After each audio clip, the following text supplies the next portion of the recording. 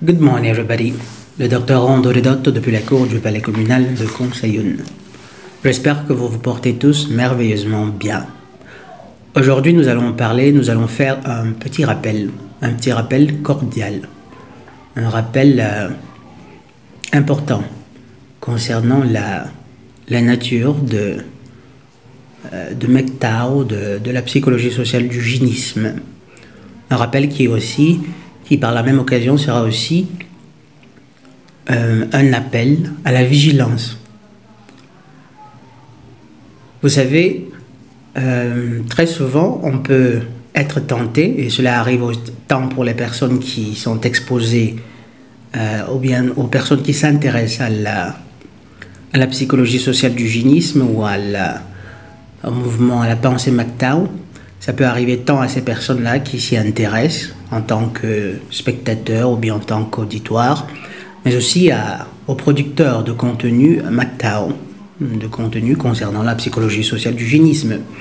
Il arrive parfois de se demander, dans un élan, disons, d'introspection, une chose importante, l'une de ces choses qui différencie profondément les androphores des gynophores.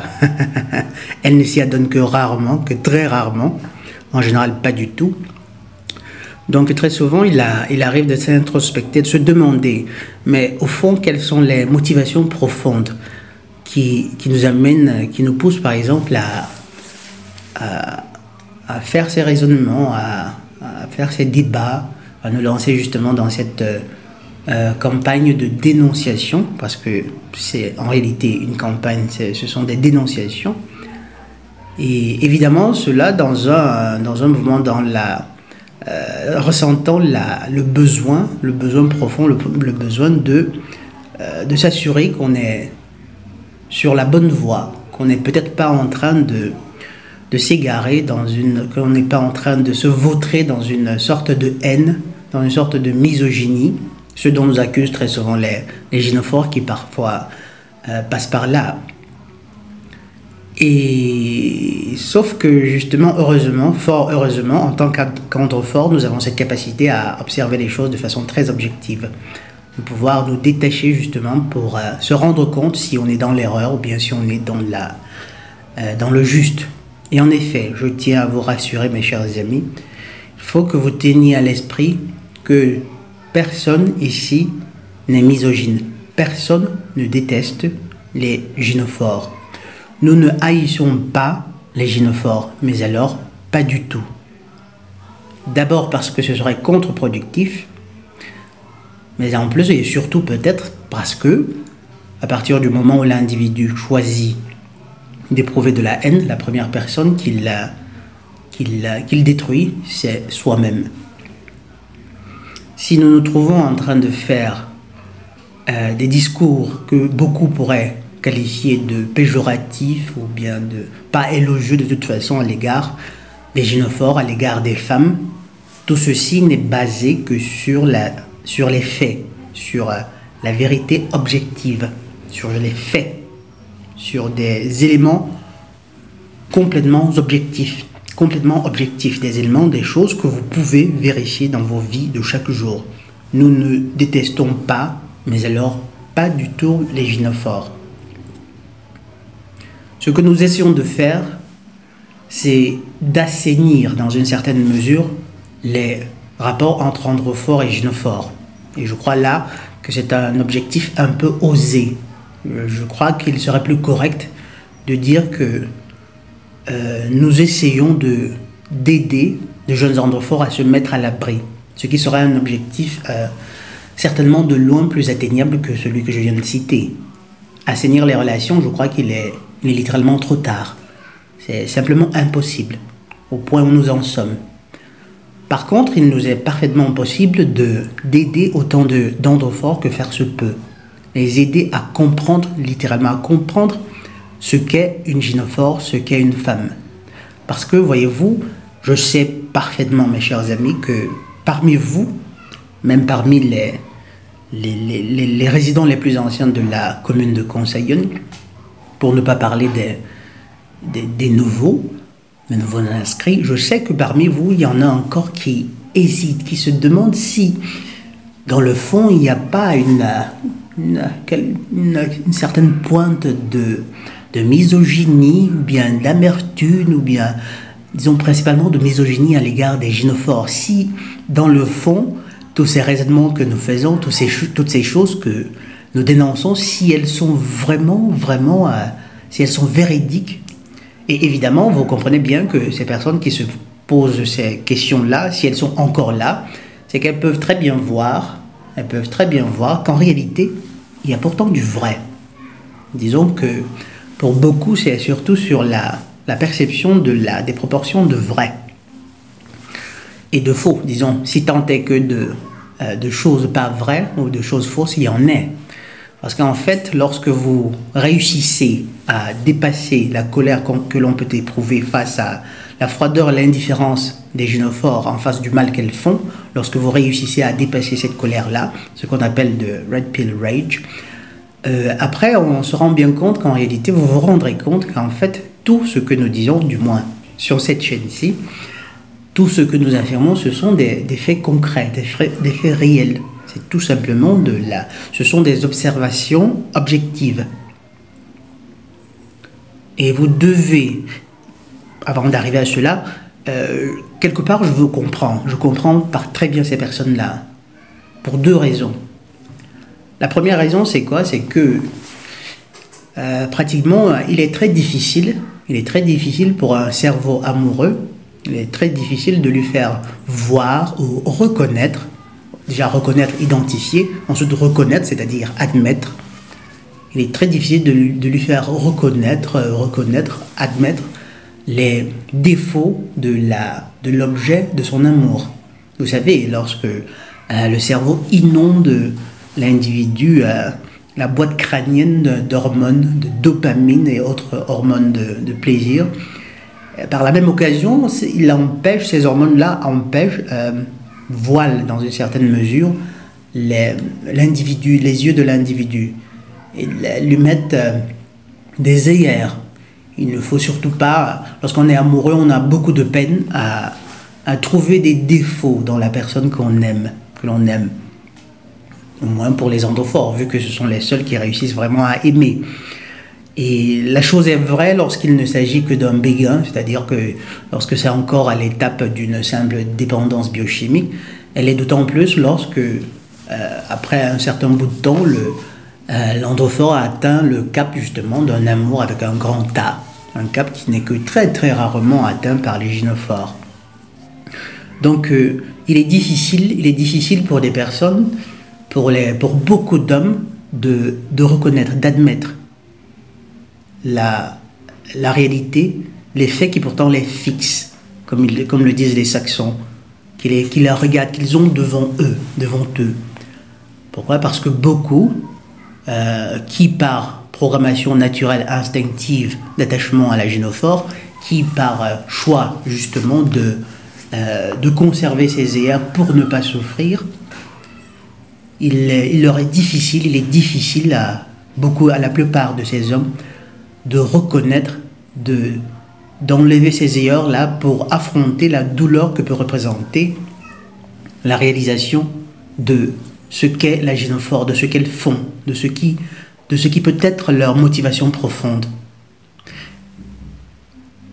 De l'autre côté, évidemment, à côté de ce facteur, disons, instinctif qui découle de notre programmation, à les aimer, à être attirés par elles, et aussi le fait qu'évidemment, la société, le Seigneur ténébreux, justement, grâce aux masses médias, grâce à cet arsenal puissant que sont les médias, la société pousse les androphores justement dans cette direction-là, les pousse dans cette dépendance, dans cette illusion que serait justement la bonté ou bien la bonne motivation des gynophores.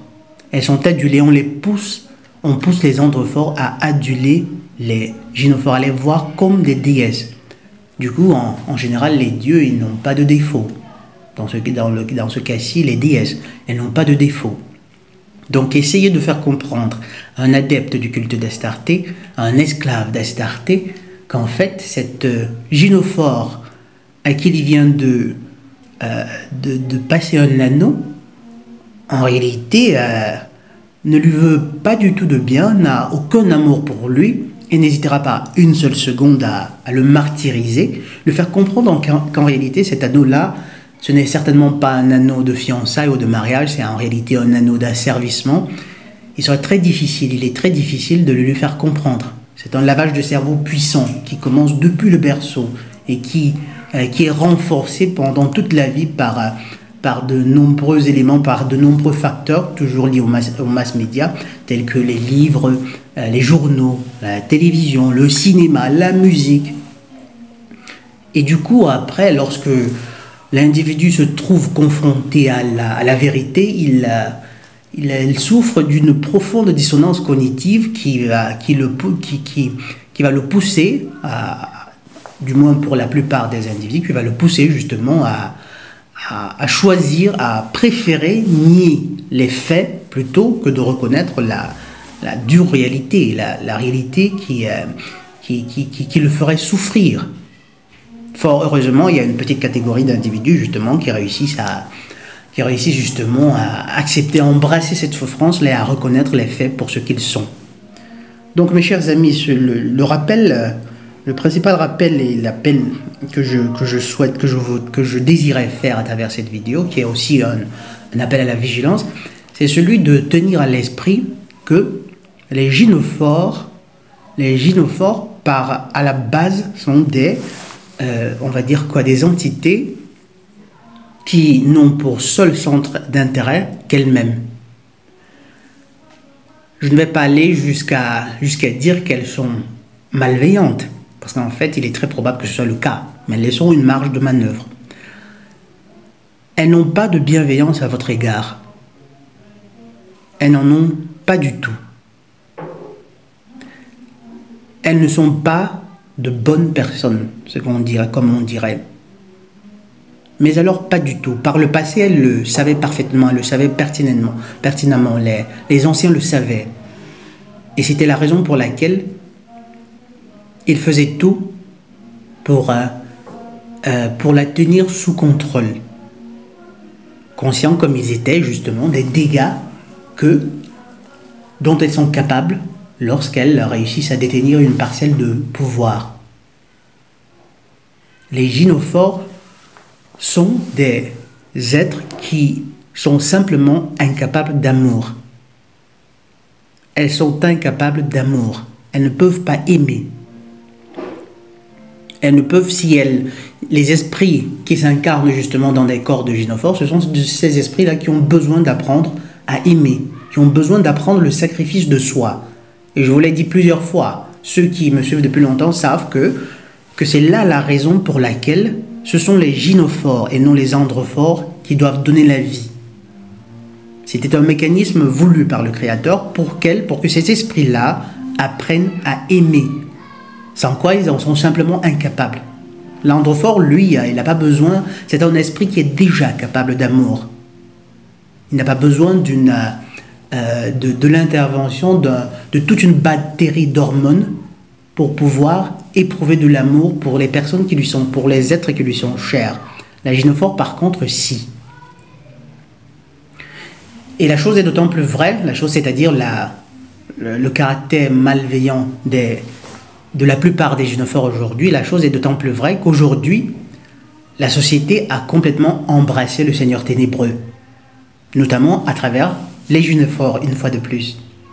Vous devez savoir qu'aujourd'hui, la plupart des gynophores, en réalité toutes les gynophores, sont carrément, disons la plupart, parce qu'après il y a un petit pourcentage, mais alors un pourcentage vraiment extrêmement exigu qui, conscient justement de cela en partie, reconnaît encore l'autorité et la mission divine justement des androphores, qui est celle de les guider. Mais la plupart des gynophores, on va dire quoi, 99%, elles sont littéralement comme télécommandées, téléguidées par le Seigneur ténébreux, par Iblis, par Shaitan. Et c'est une chose que vous devez tenir toujours à l'esprit. peu importe qu'il s'agisse de votre génitrice, de votre sœur, de votre cousine, de votre nièce, de votre fille, davantage encore évidemment de votre épouse, elles sont littéralement téléguidées par le Seigneur ténébreux qui, à l'aide d'un ensemble qui à l'aide d'un arsenal justement, et c'est l'arsenal classique, c'est-à-dire les masses médias, a réussi justement à installer de nombreux virus dans les esprits des gynophores, des virus qu'elles ont acceptés, évidemment, qu'elles ont embrassés très volontiers, et quels virus, justement, aujourd'hui, se chargent de faire le boulot. Donc, vous devez toujours composer avec cet élément-là. Loin de vous l'idée que cette gynophore que vous avez à vos côtés, votre petite amie, votre épouse, loin de vous l'idée, la possibilité que ce qu'elle vous dise ou bien ce qu'elle fasse pour vous soit motivé par un sentiment réel d'amour ou bien de bienveillance à votre égard. Elles sont toujours dans l'optique de froid calcul qui, en fin de compte, ne profite qu'à elles-mêmes. Et dites-vous bien qu'à la moindre occasion, elle vous mettrait de côté sans le moindre remords, sans le moindre scrupule. Sans le moindre scrupule. C'est important de tenir cela à l'esprit. N'allez surtout pas croire qu'il s'agit simplement d'un petit nombre de gynophores qui seraient comme ça, ou alors qu'il y a de nombreuses exceptions, ou alors ceux dont le docteur Rondeau est en train de divaguer, parce que si, parce que ça, non, je vous en prie. Et vous savez, le plus beau, c'est quoi? C'est que vous avez la possibilité d'observer la chose de par vous-même. Où que vous viviez, où que vous soyez sur la face de cette terre-ci, vous avez autour de vous des gynophores qui peuvent vous servir de spécimens. Faites des expériences scientifiques. Vous devez littéralement mettre la cape du chercheur, du sociologue, de ce scientifique-là, qui veut comprendre quelles peuvent être les motivations des individus autour de lui. Et si vous avez en vous assez de bonne foi, vous arriverez, je vous le garantis, exactement aux mêmes conclusions que nous tirons ici. Les gynophores sont littéralement télécommandés, téléguidés aujourd'hui par le Seigneur ténébreux. Évidemment, ça a été un processus lent, historique, qui a pris du temps, qu'il s'agisse du féminisme et toutes ces idéologies dont le but principal était celui d'avilir, de détruire l'autorité des androphores, ce qu'ils ont réussi à la perfection, ou aujourd'hui justement des processus de méthodologie un peu plus subtils qu'ils ont développés avec le temps, tels que par exemple l'alimentation ou bien carrément des drogues qu'ils ont la capacité qu'ils réussissent justement à insérer dans l'alimentation ou dans les médicaments, et davantage encore les cosmétiques par exemple. Donc il est capital, mes chers amis, il est capital de se mettre à l'abri. Et pour pouvoir vous mettre à l'abri, il faut que vous en donniez les instruments. Il faut que vous vous donniez la possibilité, les moyens de vous mettre à l'abri.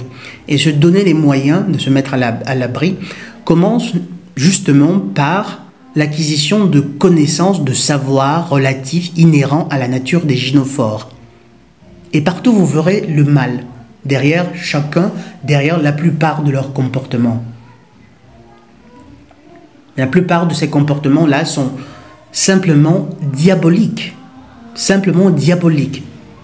C'est-à-dire que vous allez donner à une gynophore, par exemple, les clés du monde, vous allez tout lui donner, amour, protection, logis, pain, chaque jour vous allez prendre soin d'elle,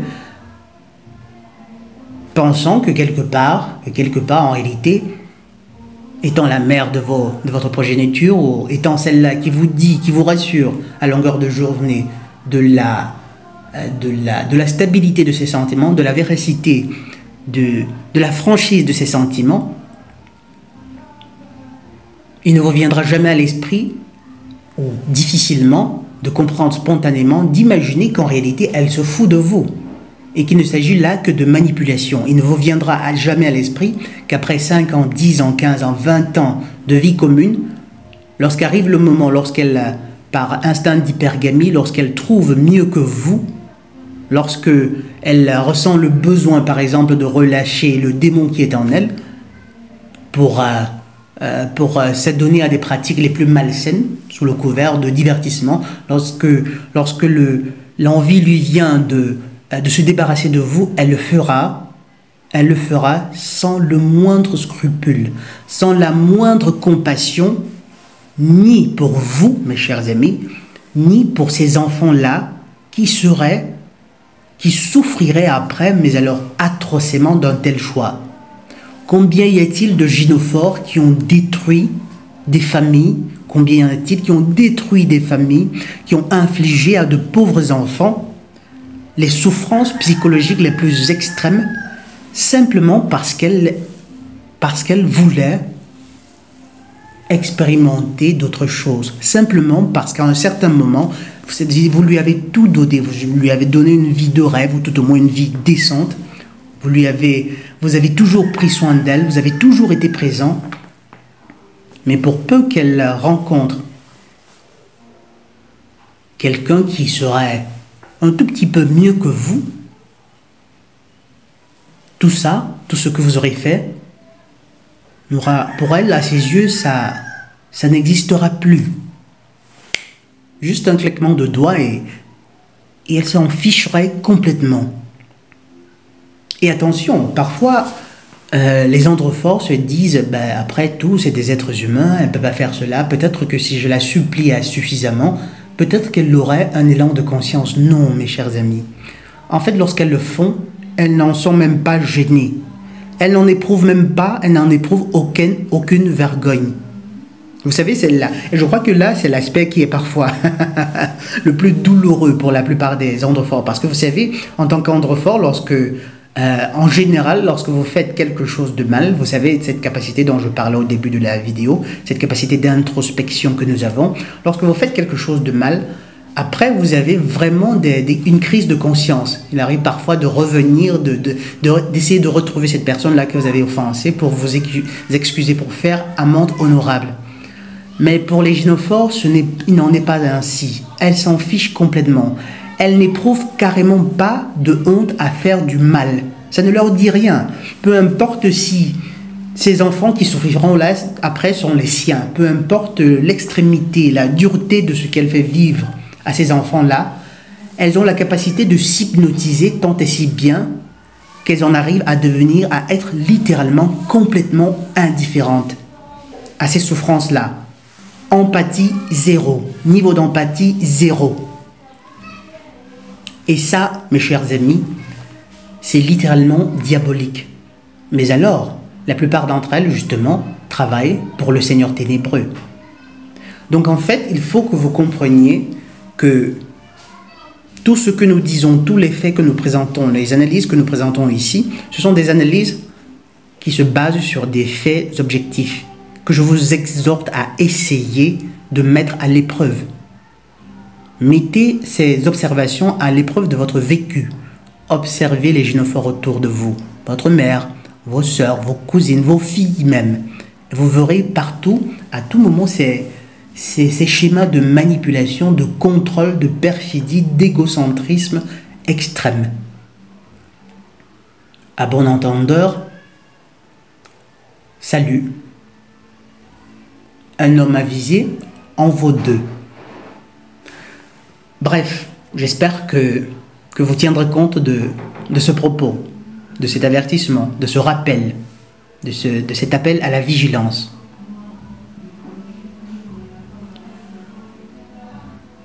Rappelez-vous toujours, soit nous souffrons pour nous perfectionner, soit nous souffrons de nos imperfections.